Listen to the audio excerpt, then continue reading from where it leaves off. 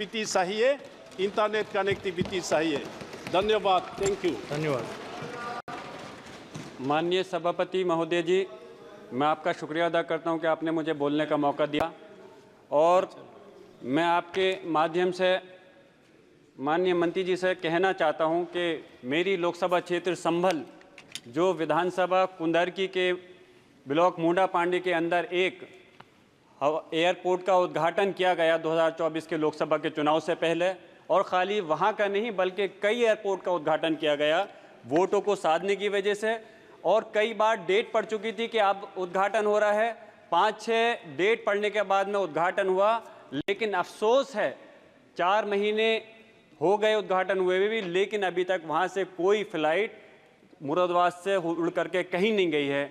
संभल भी हैंडीक्राफ्ट का एक बहुत बड़ा हब है, वहाँ काम होता है और एक्सपोर्ट होता है। मुरादाबाद से भी पीतल की इतनी बड़ी बस्ती है कि वहाँ से काफ़ी सारा सामान बन करके एक्सपोर्ट होता है, और जिससे कि अगर वहाँ एयरपोर्ट जल्द से जल्द शुरू हो जाता है तो यकीनन वहाँ के हर वर्ग समाज के लोगों को एक बहुत बड़ा बेनिफिट मिलेगा। लेकिन मैं कहना चाहता हूँ आपके माध्यम से कि उसको हवाई नहीं बनाया जाए, जल्द से जल्द वहाँ से फ़्लाइट को शुरू किया जाए, और फ़्लाइट सिर्फ 2-3 जगह नहीं बल्कि इस चीज़ का ध्यान रखें कि संभल और मुरादाबाद के अंदर जिस तरह से एक्सपोर्ट हो रहा है, रेवेन्यू दे रहा है, उस तरह से ज़्यादा जगह को वहाँ से फ़्लाइट की शुरुआत होनी चाहिए। और एक माननीय प्रधानमंत्री जी का नारा था, अभी एक हमारे सहयोगी कह रहे थे कि हवाई चप्पल पहनने वाला भी हवाई यात्रा कर सकेगा। मैं तो ये कहूँगा कि वो हवाई चप्पल यात्रा करने वाला भी नारा हवाई हो गया है। यकीनन इतने महंगे टिकट होने के बाद किस तरह से हमारा कोई व्यक्ति नागरिक सफ़र कर सकता है। जो प्राइवेट एयरलाइन है, क्योंकि आप लोग निजीकरण पे ज़्यादा भरोसा करते हैं, आपने एयरपोर्ट को भी इंडियन एयरलाइन को भेज दिया, एयरपोर्ट को प्राइवेट करते जा रहे हैं।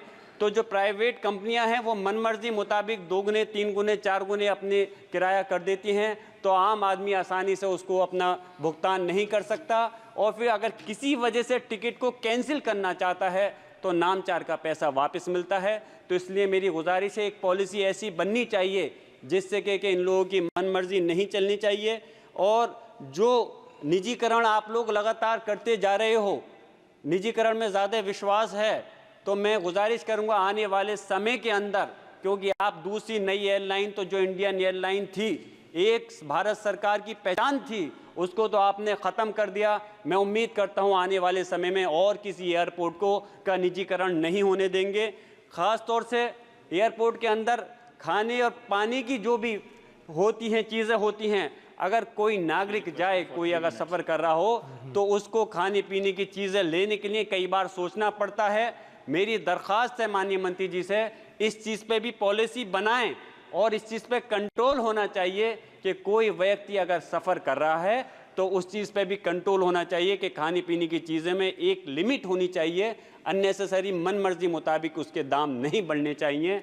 मैं आप अपनी बात यहीं ख़त्म कर रहा हूँ और आपने मुझे बोलने का मौका दिया, इस उम्मीद के साथ में कि आपका संज्ञान माननीय मंत्री जी का दिलाना चाहता हूँ कि मेरी बात पे गौर करते हुए हमारा मुरादाबाद संभल के जो एयरपोर्ट है उसको जल्द से जल्द शुरू कराने का काम करेंगे।